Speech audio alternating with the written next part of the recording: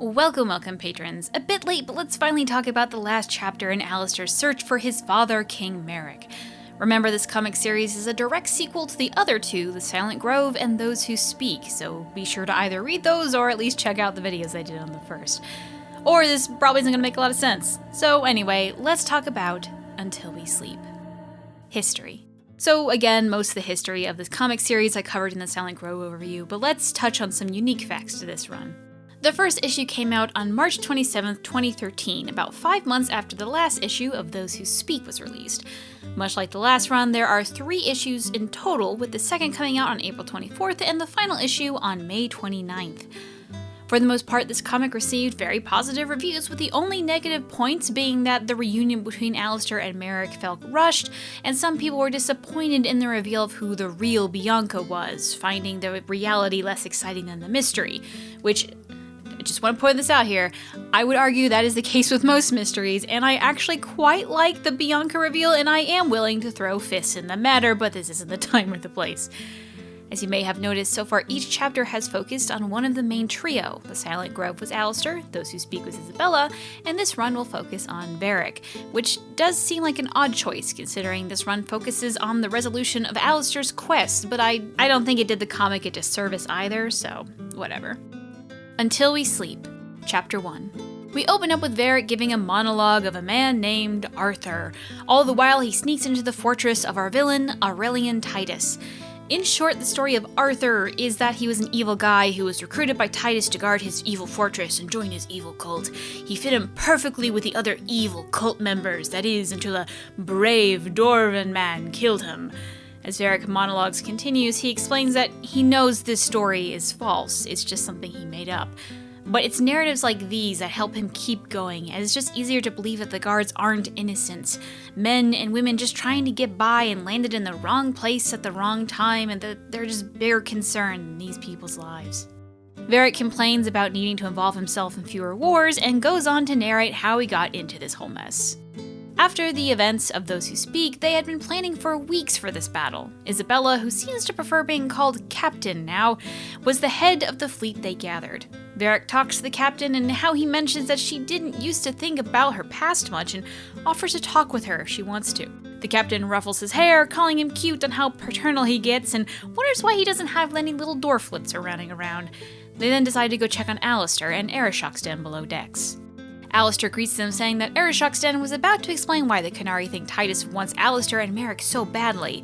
It's because they have the blood of dragons in their veins. Maric comments on what a special snowflake that makes Alistair, but they continue. As the chantry writes, King Calenhad, first of the Theron line, was wise and strong and inspired many, but the Canary believed something else. He was a clever dog handler with ambitions. He traded secrets and coin until he was able to make a trade with a witch to learn the ways of power. She told him to visit a dying great dragon, and with instructions given to him by the witch, stabbed the dragon and drank its power. Because of this, he grew strong and no one could stand against him. And while this secret has faded from memory, the dragon blood has stayed within the family. Alistair is a bit shaken from the story, wishing that the great Ferelden legend could just be a hero. Alistair goes on to question what Titus wants with that power, if that it could be the same purpose that Yavanna had in mind, but Arishoxden just doesn't know. The king wonders if his blood would even work, as it was tainted when he became a Grey Warden. Maric wonders if Yavanna even knew this, while the captain questions if it even matters. Arishoxden then calls for order. They will be at the fortress in Athvolanas in 2 days. His people will attack and hold the line for 1 hour and then leave. Any longer and all his people will surely be killed. Alistair tells him that they have to get inside the fortress to save Maric, to which Arishoxden just wishes him luck. We cut to the present now, as Alistair wonders if Maric made it inside. Titus makes his way onto the battlefield now and is rushed by Canary soldiers, despite Alistair calling for them to wait. All are melted by magic that Titus comments should be their birthright. The captain throws her knife, but that too is melted. Titus calls out to the two that their blood will serve the Imperium, as Alistair protects them from fire that is raining down. The captain asks if they should run, but Alistair denies it.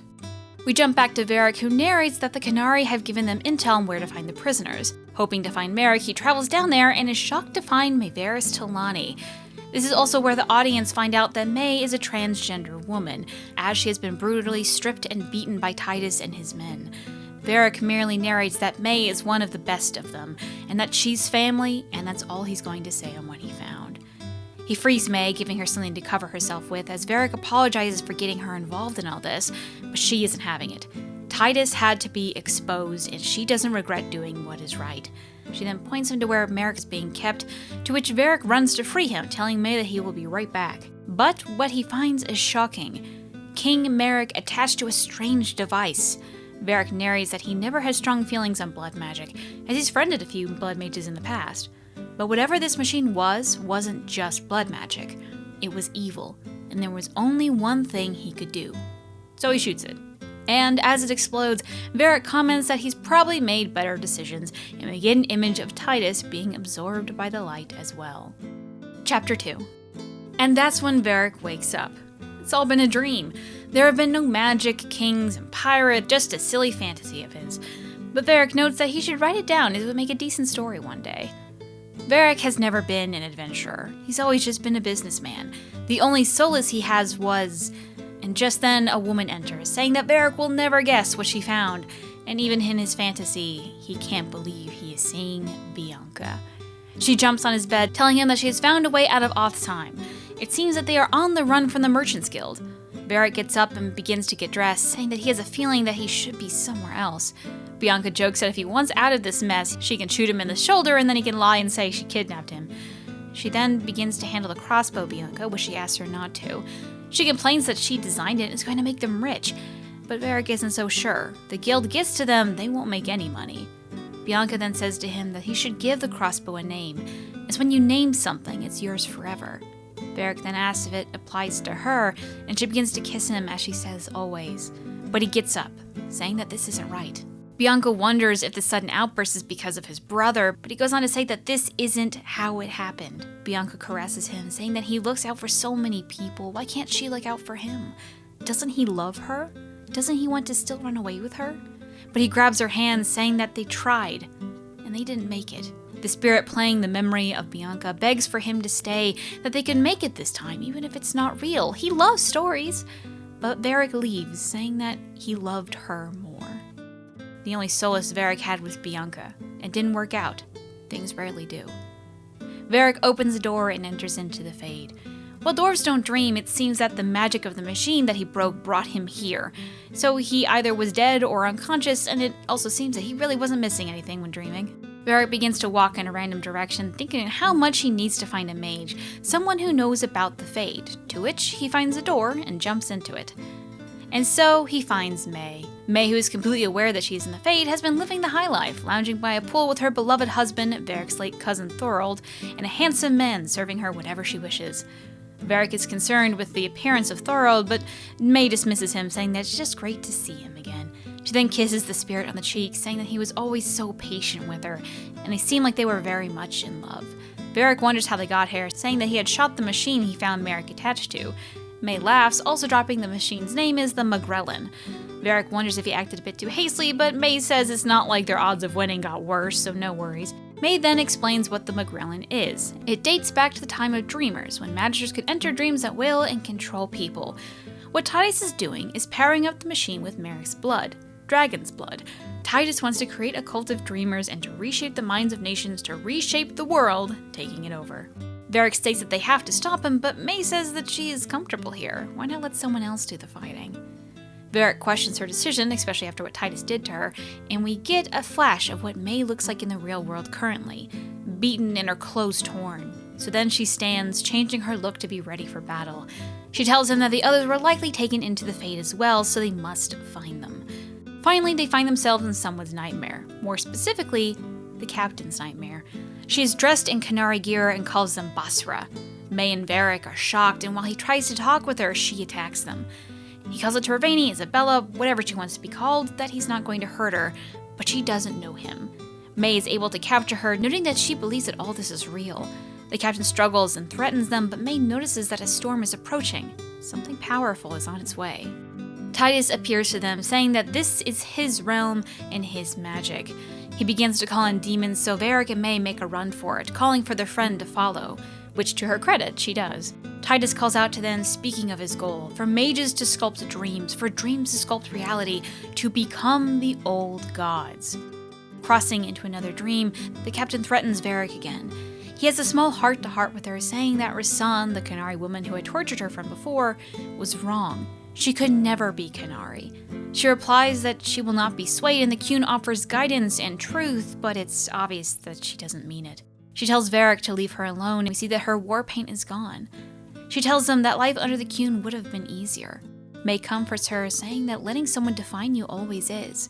She needs to look herself in the eye and take strength from what she sees. With that, she gets up, and we get a small narration from Maric saying that she is a hero, never to be haunted by her doubts again. The trio continues on, with May commenting on the fact that Titus should have found them by now, and then they find Alistair. He jokes about what a strange sight they make, but it's obvious that he doesn't recognize them. He questions who they are when King Maric calls out to his son, asking if there is trouble. He then tells the trio to leave and that this is his lands. We then cut to a shot of the Magrellan healing itself, and Titus calling out that the Fade is his. Also a weird dragon church thing. Chapter 3. With the band back together again, Maric tries to explain to Alistair what is happening, but he isn't buying it and begins to joke with his father on how silly it all sounds. But Maric lets them talk. May continues to explain, with the captain trying to tell Alistair that he is the current king, but he threatens her to not speak treason. Maric gets between them and quotes Alistair to himself. He tells him that it's hard to be handed something he's always wanted. He can tell himself the stories he needs to hear, but he can't be fooled by them. He can't live his own lies. And doesn't Maric agree? King Maric is silent, letting everyone know that he has been in the Fade. As he gets off his horse, he explains that he has always wished for Alistair to find him, and that he thought he was part of the dream when he saw him here. Alistair begins to reawaken, then remembering the truth. Maric and Alistair begin to plan and seem to have the same idea, which leads to an awkward pause. Alistair asks for an idea on how to defeat Titus, to which Maric says that he has a few, but he then asks May for some advice. We get a short narration from Maric saying that it wasn't hard to find Titus after all of this. Now approaching the fantasy Titus has built up, we get a look at the world he would have built. Dragons perched on towers and keeping order, slaves suffering when their masters were unhappy, the chant of light, and all other religions gone. Alistair takes Maric aside, asking if he is alright. Maric tells his son that he is surprised it has been 8 years since he was gone. It's only felt like a few days. He then tells Alistair that he is leading his band very well, to which Alistair comments that he wished the people for Eldon were this cooperative. We cut to Titus talking to an assistant of his to keep the spirits searching for our heroes. When the assistant brings up a question, Titus gives him the best talk to the hand and tells him to deal with it, and that Alistair and Maric will fall as their blood gives strength. Just then, our trio appears, who snuck in under disguise. Titus calls out to them, saying that they should have just run. There are void places, gaps between dreams where they could have lived in peace. Titus summons demons and our heroes fight. Alistair and Titus talk of power, with Titus saying that the magisters of old were so close to godhood. All they needed was the power of the great dragons. And now that he has it, he has tapped the power of the gods. Suddenly May and Maric burst in through a door. Titus calls upon a dragon to kill Maric, but he is unharmed. May creates a magic shield to protect Maric from the demons, because for some reason they would have hurt him more than a dragon, but okay. As Titus calls out that the world is his, that the Magrellan is his legacy. But Maric reminds him that the machine is powered by his blood. This is his dream, so he has the power. Titus whimpers about Tevinter, his golden city, and is then killed by Maric. Our heroes wonder if they have won, and May pities Titus. The man didn't understand what he was creating, and that he wasn't in full control. Maric tells them that any hold Titus had over them was now gone, and they can safely leave now. Alistair wonders about Maric, and Maric reports that he saw Maric's body, and he doesn't look well. Maric supposes that the Magrellan is all that's keeping him alive now, but Alistair protests this.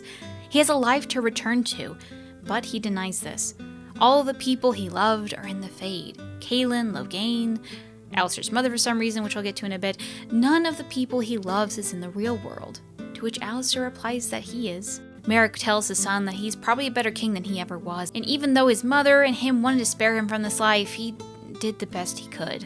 Seeing Alistair like this, he knows his son doesn't need him.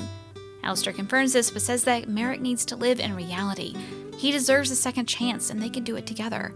Maric grabs his son's hand and tells him if that's what he wants, then he'll do it. And with that, a bright light shines as our heroes awaken. Varric's narration notes that while everything looked fake to him after so long in the Fade, it's the little details that sold him on reality.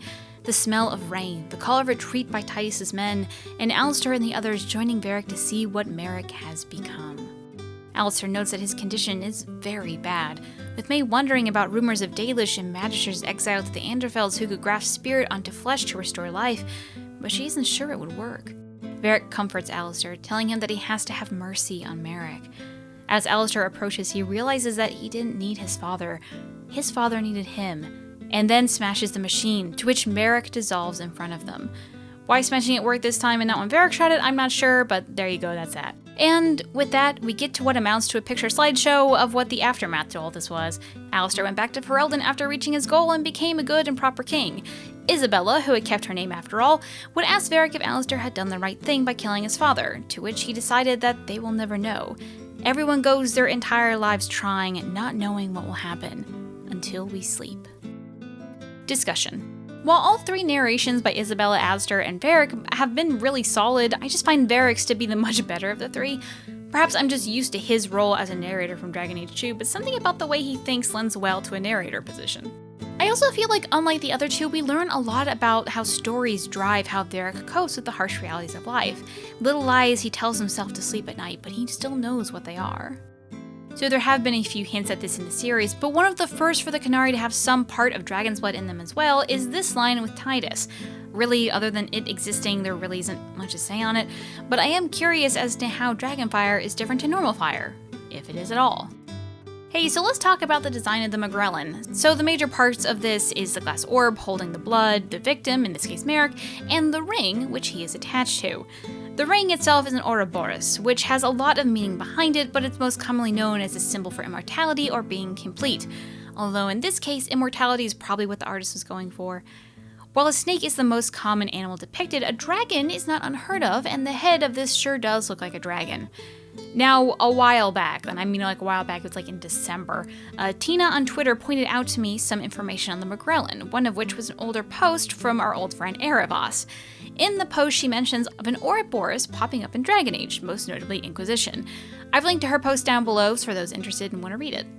Another thing Tina messaged me about was her theory on how the imagery of the Magrellan linked up with the red lyrium idol, and proposes a theory that maybe Mythal was once linked up to one such machine. Because we really don't know who the idol is, and after talking about it for an hour, I still don't have any solid idea. I can't confirm or deny her theory. So I'm not completely sold in this moment that the idol is depicting a Magrellan. It's really the only solid object that we have seen that resembles the idol. All other theories based on the ring on the idol centers itself around its symbolism, rather than an actual ring-shaped object. So this theory actually fills a very unique void in the lineup of possibilities around the idol. The rest of the actual design doesn't speak much to me, so I want to talk about the Magrellan's function, in that after going line after line, I don't really know what the hell this thing does. We know that Titus wants to use it to create a cult of dreamers, and that dreamers were known to be able to manipulate people's minds and affect reality from the Fade. It's possible that this machine made it possible to affect reality from the Fade, but from our previous ideas on dreamers, the machine wasn't needed to do those powers. It's possible that the machine can create dreamers, as this is sort of what happens when Varric shoots it and then brings an entire island of people onto the Fade. But while this is the most probable answer, they never say it outright. It's totally within reason that what Varric did was just a side effect, and it has a whole other purpose that we just don't know about. Another possible use is that it seems that he used Maric's blood to create like a pocket of the Fade that he could control at will, no matter who was dreaming. So, was this what its purpose is? To create your own pocket of the Fade where you are the master? And if that is the case, why didn't Titus realize this? He believed he was in control and was indeed able to harness some power from it, but Maric was able to override all of that. Another question is, why is this machine not more popular? Or is it? Titus mentions that the Magisters of old were so close to unlocking the power of the old gods with it, that they needed the blood of dragons, not normal blood. Did they fall out of use because using normal blood did not create a powerful enough effect to be worth the trouble? Or were they outlawed? If outlawed, why? And if they were outlawed, why? Further, if we assume that this machine creates dreamers, how is that unlocking the power of the old gods? Or is unlocking the power of the old gods being able to create pockets of the Fade? In which, doesn't that make Maric the god and not Titus? Which, granted, it seemed he didn't know that. Also, how did May figure this out so quickly when Titus, who has been toying with this thing for at least 8 years, not even think about it once? Also, why is it able to heal? How is it able to heal? Does that make this thing alive? Does that not mean that if Alistair were to be hooked up to this, that he would taint the whole thing? Why is Titus, who does know that Alistair is a Grey Warden, not worried about it at all? Why was Alistair able to break it and not get sucked into the Fade while a single shot from Maric did that? Was it because Maric was awake now?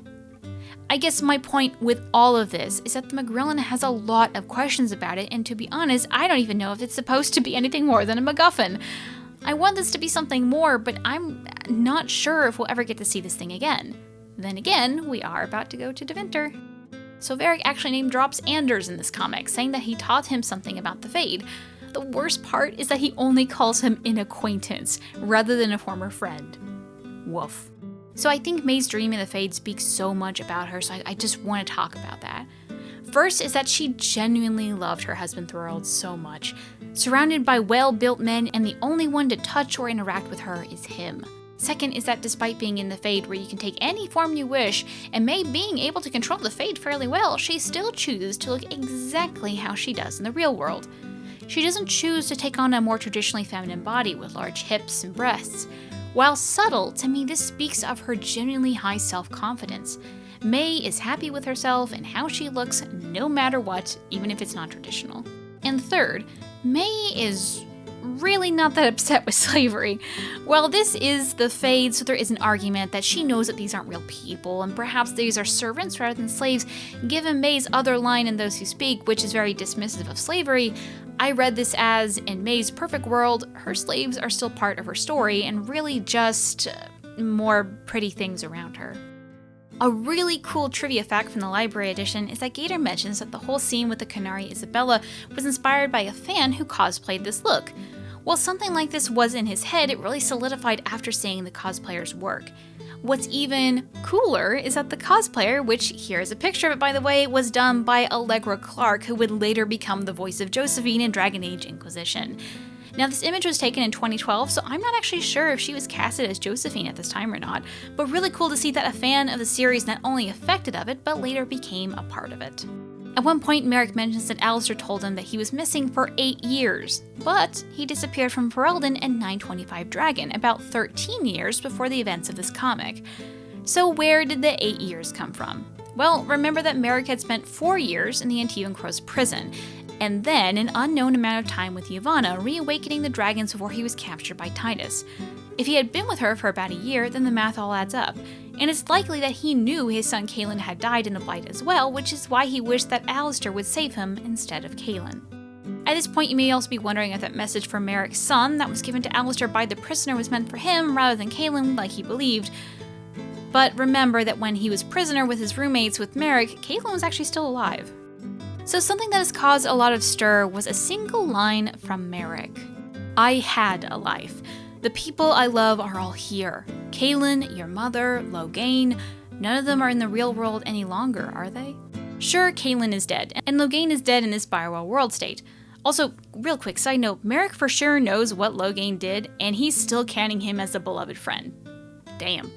Anyway, but what about Alistair's mother? Fiona isn't dead. Maric knows that she was cured of the taint and that she was never stationed in Ferelden, so he wouldn't hear of anything that would make him assume that she was dead. So what gives? This has fed into an already popular theory that I don't really believe in, so keep that in mind, that Fiona isn't Alistair's mother.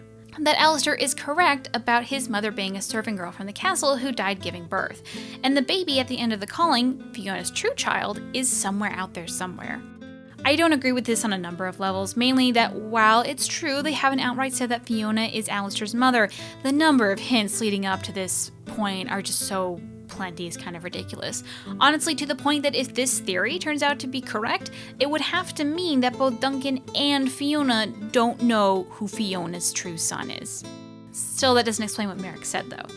Honestly, I have no solid facts, but here are at least 3 theories that make sense to me on why he said what he said.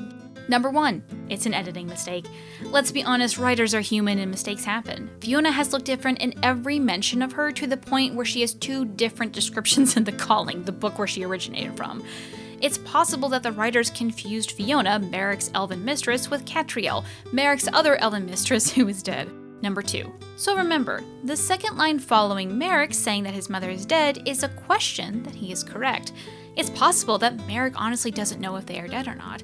He has been held captive for 8 years now, seeing strange dream imagery that his mind made up. He might actually not know if Fiona is dead or not, but is assuming she is because literally everyone else he knows and loves is. So I guess in short, Maric's just being pessimistic. And number 3, the one thing that Fiona asked of Maric would be that Alistair never knew who she was, an elven mage. The wording of that question could be Maric probing if Alistair knows the truth. Alistair believes he is the son of a dead servant girl, not an alive elven mage. If Alistair knew the truth, he would have said that Fiona is alive, so why not come into the real world with her? So, in a way, this could be Maric's best way of asking what Alistair knows and keeping his promise to Fiona. So, what happens after all of this? Well, Alistair's fate depends on your world state, but in this world state, he continues being a king. Ferelden is still unsure about Alistair as a sole ruler, but if with Anora things are actually going pretty alright in Ferelden. Isabella decided to keep her name, which seems like an interesting plot thread that was just sidelined, which kinda sucks. You can see her leaving her ship, meaning that she seems to have given up being a captain. Later in Dragon Age Inquisition, she will turn up as a multiplayer character, meaning that she has agreed to be an Inquisition field agent. Varric will also be able to tell an Inquisitor that if she was recruited in Dragon Age 2, that Isabella has continued working for the Raiders and is now calling herself an Admiral, although he is unsure if this is actually the rank she has or she just likes the title. Now, remember, the start of this comic happened in 938 Dragon, about a year after Dragon Age 2. So do you remember the opening of Dragon Age 2 where Varric is captured by Cassandra and interrogated? That doesn't actually happen until about 940 Dragon, maybe early 939 Dragon. So for Varric's fate, he actually just goes back to Kirkwall and is later captured by Cassandra. And then we see him in Dragon Age Inquisition. May we heard a little about in Dragon Age Inquisition, and from what we know, she's one of the few good magisters. Sen is still being the Arishok and might be looking to invade the South pretty soon, and really no one else in this comic matters all that much. Not that they won't come back, but that we haven't really heard from them since. So overall, what are my thoughts on this? So far, this is the best comic run that Dragon Age has had. I'm really not a huge comic person, but I still enjoyed these a lot. The art is great, the writing is impactful with the story and the lore, and we get to learn a lot about characters we know and love. And we have an addition of May, who was a really fun new character that I'm looking forward to seeing more of.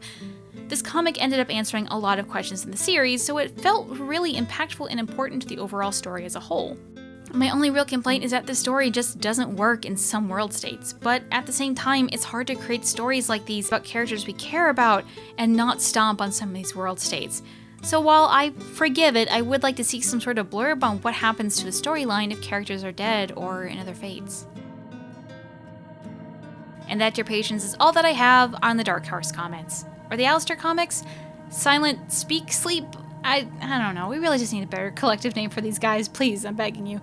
Still have lingering questions, proof that I'm wrong, comments about your own fan theory, feel free to tweet me at @Gildathon on Twitter or send a PM to user Gillanon on Reddit. The rest are all.